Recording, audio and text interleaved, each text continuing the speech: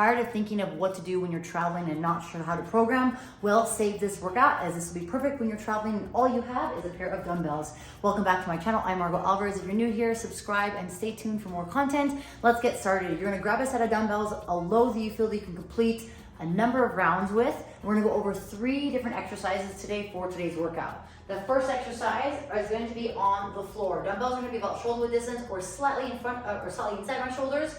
And I'm gonna have a nice wide stance with my feet, so my feet are outside my shoulders here. We're gonna perform renegade rows. So I'm gonna engage my core, pull my belly back to my spine, shift my weight to my left hand. I'm gonna row my right arm back, so my bicep rows my rib cage, elbow back to my chest, or rib cage, and then I'm going to shift load after I place that dumbbell down. So I'm going to shift my load and then row, shift my load, then row. Now to modify this, you can drop to the knees, lift the toes, and still perform that same range of motion, but it's going to be a little bit easier as you're dropping to the knees and lifting the toes. So in this position, we want to think of engaging our core. Obviously, we're bracing, we're shifting that load, and then we're going to roll that arm back. So you're trying to get the elbow slightly past your cage back here, and you're keeping the arm close to your body versus coming out to the side. So this is going to strengthen your back side of your body. So you spend a lot of time in front of a computer like this, and you want to strengthen the back of your shoulders, define your shoulders and back. This is a great exercise to do. So we're going to perform X number of reps. I'll give you guys reps shortly of those renegade rows. Now, one modification, if you don't have 2 dumbbells, you can easily do this with 1 dumbbell. It'll just take a little bit of adjustment here.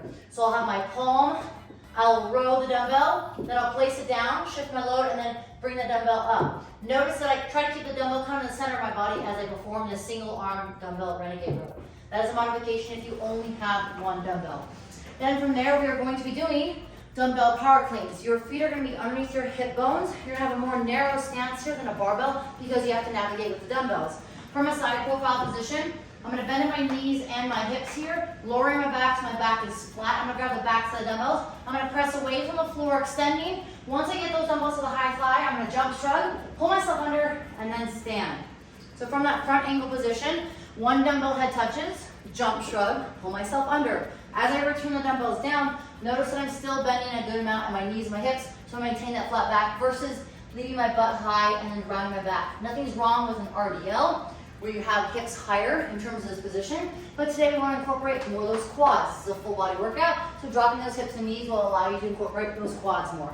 So you'll have those dumbbell power cleans. Then we're going to go from there. We're going to jump the shoulders, dumbbells up to the shoulders, which is essentially where you're going to finish the power clean. Now this sets us up for the third movement, dumbbell squats. Dumbbell the back side of the shoulder, arms at a 45-degree angle. I personally like to have my dumbbell angle here versus like so. This allows me to rest the dumbbells on the back of my shoulders slightly, taking a little bit of weight off. For points of performance, feet are directly underneath your shoulders as a guide. This is a starting point. If you have shorter legs, maybe your stance is a little more narrow. If you're longer, have longer legs like myself, maybe your feet are a little bit wider. The reason I say this for points of performance is you need enough space at the bottom here to squat and keep that torso elevated versus squatting and having the chest collapse like so. Again, that's an exaggeration, but I want to make sure I drive my point home. So I go to the squat position, get my hip crease below the top of the thigh, and then I stand. My hip crease specifically is getting below the top of my thigh and knee. I'm pushing my knees, I track over my toes, and then I stand all the way up, full hip extension here. Now, you're going to perform 4 rounds of this exercise. So we have 3 different movements for 4 rounds. Here is the rep scheme. We're going to do 14 of the dumbbell renegade rows. Now that's total, so it'll be 1, 2, etc., etc. Then we're going to do 12 dumbbell power cleans, right? Every time the dumbbells come back to the floor and you jump up to the shoulders, that's a rep. So we start on the floor, up to the shoulders, 1. We're gonna do 12 reps of those. Then we're gonna perform 10 dumbbell squats for 4 rounds. Now, if you're like, whoa, that's a lot, I'm pressed for time, I don't have that much time, then you can scale back to 3 rounds. Now, one modification also I want to make here is if you have 1 dumbbell for the power cleans and the squats, a couple different options is break the reps in half. Since we're doing 12 power cleans, we could do 6 single arm power cleans on one arm, then switch to 6 on the other. For the squats, we're actually going to bring the dumbbell to a goblet squat position. Hands on the dumbbell like so, or each dumbbell head.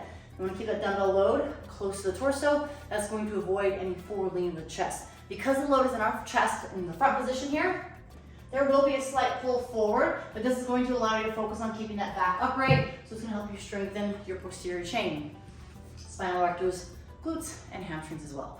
So if you guys found this workout beneficial, helpful, It was easy. I removed the guesswork. You don't have to think about what you need to do. I would love for you to leave a comment and also share with friends and family. And also, if you would love to support, feel free to subscribe and check out the links below that help me support to continue to provide all this content to you. Thanks so much for tuning in.